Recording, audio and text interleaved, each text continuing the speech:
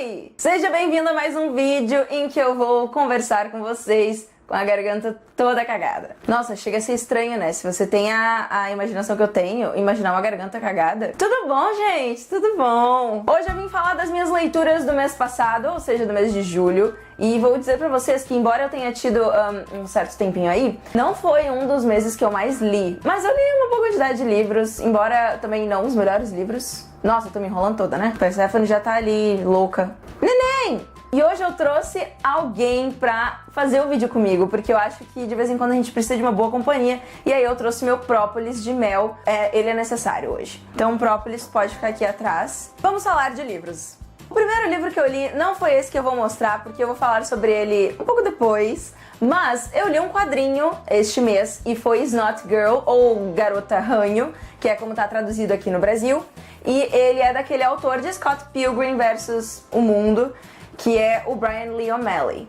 Eu adoro esse negócio aqui, green hair, don't care. Então, exatamente, né? Lottie é a nossa protagonista, essa garota de cabelo verde.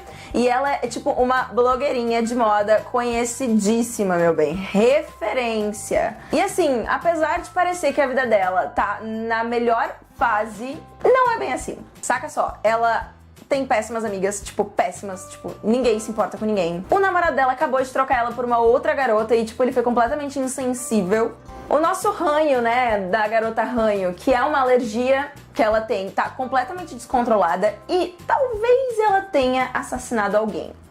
Exatamente, talvez ela tenha assassinado alguém. E esse talvez, ele é reforçado, porque de fato, você não sabe.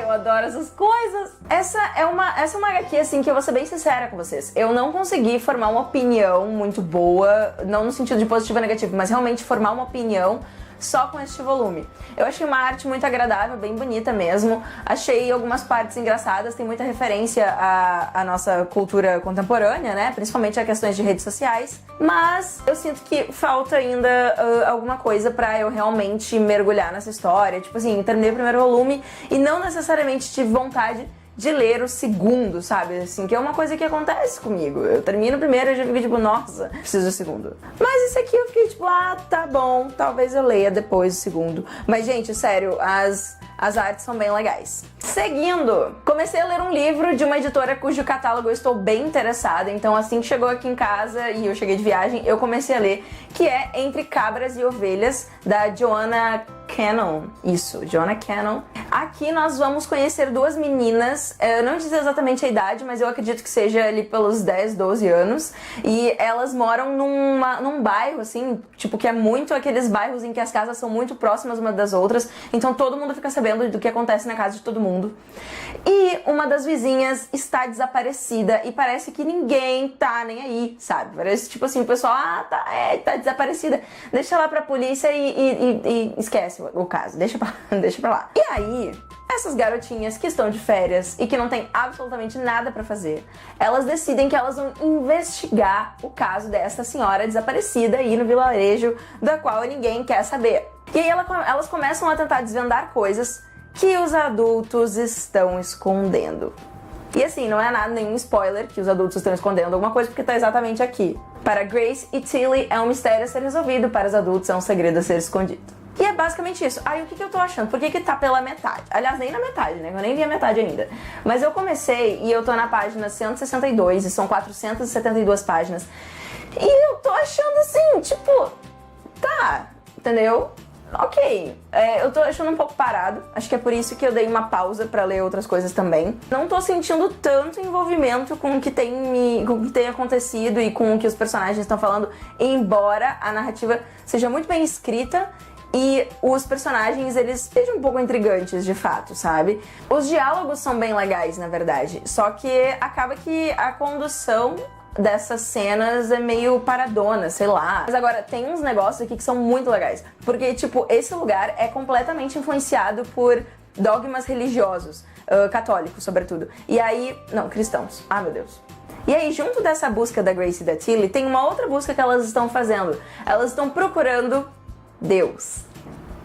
Gente, é muito louco. Tem uma crítica muito legal aqui, que é o lance de, assim, as crianças questionam coisas que elas aprendem nas igrejas, porque às vezes elas não veem sentido nisso. Às vezes não adianta você explicar com palavras algo que é muito subjetivo, como a fé, sabe? E aí elas começam a questionar sobre isso, elas perguntam, assim, literalmente pras pessoas: ei, fulana, tu viu Deus? Tu sabe onde é que tá Deus? Deus tá por aqui, Deus chegou e tal... E é muito assim na inocência, sabe? Elas realmente acreditam que vão encontrar Deus, elas acham que é um sentido muito literal. Então tá bom. O terceiro livro que eu vou falar aqui é Hideaway, que é o segundo volume da série Corrupt, da Penelope Douglas, que é uma série de dark romance, né? Assim, new adult, erótica, muito louca, muito punk e muito boa também, gente. Eu gosto demais. Terminei o segundo volume e eu fiquei assim, meu Deus do céu, eu já quero o terceiro, porque são 4. Não tem muito como eu falar pra você sobre isso, porque como é o segundo volume, aí puxa já do primeiro, mas assim, nós vamos acompanhar a vida de um dos personagens, porque lá no primeiro livro a gente conhece 4 personagens, daí agora cada um vai ter seu livro. E aí o segundo é a vida do Kai, que é um dos personagens, e ele é essa pessoa que tá tentando se reconstruir depois de ter saído da prisão. E junto com os outros, ele tá atrás de um cara aí que ferrou com a vida dele. E aí, assim, ele vai tentar negociar com o pai desse cara. Só que daí tem uma outra mina que entra no jogo, que ela, na verdade, vai tentar impedir que ele caça esse cara. Enfim, e aí eles vão, né, se envolver. Ai, gente, é muito bom. É um livro que, infelizmente, não tem em português ainda, mas eu espero muito que tenha, porque essa série, pra quem se interessa aí pelo gênero, é bem legal. O quarto livro que eu vou falar, eu terminei ele ontem e eu fiquei assim, o que foi que afinal eu achei deste livro? Estou falando de Canção de Ninar, de Lila Slimane, acho que é assim que pronuncia o nome dela, não sei. Ela é francesa, daí eu não sei, daí se tu sabe, daí tu me diz. Mas aqui ele é um thriller, né, psicológico. Fazia muito tempo que eu não lia, mas daí eu vi que ele tava mega hypado e aí as pessoas falavam sobre ele e eu comecei a ficar muito nervosa e intrigada, porque eu adoro esse tipo de thriller que tem coisas assim, tipo babasas. Nós vamos acompanhar um casal, a Miriam e o Paul, e os dois tiveram um neném. Só que quem acabou cuidando deste neném foi a Miriam, a mãe, porque o Paul, ele trabalha aí numa produtora musical, se não me engano, num estúdio. Sempre cultivou-se aquela questão de que a Miriam teria que se dedicar aos filhos. Porém, ela é formada, ela tem sua graduação em Direito e ela decide que ela quer construir uma carreira pra ela e não quer mais ter a rotina de dona de casa, de só cuidar dos filhos. E aí ela decide que vai procurar uma babá. Em primeiro momento, o Paul se mostra completamente oposto a essa decisão, porém ela vai lá e argumenta firme, e é isso aí, girl, eu adoro ver personagens assim, né? E ele aceita, e aí eles decidem procurar, entre muitas babás, uma babá que seja ideal para aquele ambiente. Eis que conhecem a Louise, que é uma babá bastante peculiar. De início, assim, ela traz uma agonia pra você, porque a descrição dela é a descrição de uma babá que seria perfeita. Ela tem um comportamento completamente cativante, muito cuidadoso, de uma forma que é um exagero, que você fica assim, ai, mulher, mostra alguma reação, sei lá, sabe? Sim, nesse momento, o Paul e a Miriam já têm 2 filhos, a Mila, que é uma menininha mais velha, e o Adam, que é um bebê. Os dois se apegam imediatamente à babá e você percebe que ela cuida deles e que ela tem todo um carisma, que ela sabe cantar, que ela brinca. Ela vai se tornando uma pessoa favorita na casa, inclusive pelos pais das crianças. Contudo, ao longo das coisas, nós vamos conhecendo um pouco mais da história de vida da Louise e a gente vai percebendo que ela possui comportamentos distoantes em outros momentos. E aí as coisas começam a ficar tensas, galera. Ela é uma história trágica. Ponto. Ela não vai exatamente te colocar em reviravoltas, em plot twists, em muitas coisas. Na verdade, você já começa o livro sabendo que houve um assassinato dessas 2 crianças, que a principal babá é a suspeita, que a principal suspeita é a babá. E a gente vai, na verdade, só conhecer a história mesmo até aquele momento e como pode ter possivelmente se desencadeado. Mas não espere também encontrar muitas respostas, não, entende? É um livro que eu achei bom, assim, mas bom num sentido regular. Eu gostei, porque eu gosto de histórias trágicas, mas foi bom, muito bem escrito. É algo quase cru, assim, sabe? Que traz toda uma ambientação para aquela história. Acho que o charme do livro tá justamente aí, em como são contadas e detalhes que ele possui ali, que mudam coisas, assim, né? Não é uma cena enorme que acontece. E, tipo assim, um detalhe daquela cena que você fica, tipo... Adoro isso. E o último livro que eu li em julho, mas na verdade foi o primeiro que eu li em julho, mas é o último dessa lista, enfim, é Tempestade de Guerra, o último volume da série A Rainha Vermelha, de Victoria Aveyard.